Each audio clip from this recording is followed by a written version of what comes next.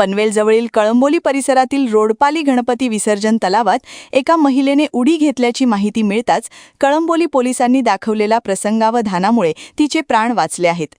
मिळालेल्या माहितीनुसार रोडपाली येथील विसर्जन तलावात एका महिलेने पाण्यात उडी घेतल्याची माहिती कळंबोली पोलीस ठाण्याला मिळताच बीट मार्शल अवघ्या 3 मिनिटात घटनास्थळी दाखल झाले. महिला पाण्यात बुडत असल्याचे पाहून पोलीस शिपाई सागर माळी यांनी क्षणाचाही विलंब न लावता थेट तलावात उडी घेतली. जीवाची पर्वा न करता त्यांनी महिलेला सुरक्षितरित्या पाण्याबाहेर काढले. या बचाव कार्यात पोलीस शिपाई आकाश वानखेडे यांनीही मोलाची मदत केली.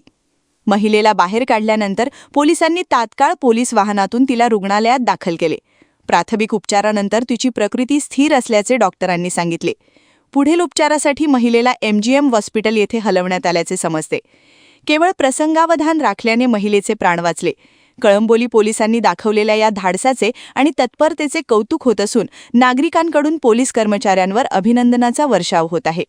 वादळवारा लाईव्हसाठी न्यूज ब्युरो, पनवेल. नवी मुंबई व रायगड जिल्ह्यातील ताज्या बातम्या आणि घडामोडींसाठी सबस्क्राईब करा वादळवारा लाईव्ह चॅनल आणि दाबा बेल आयकॉन.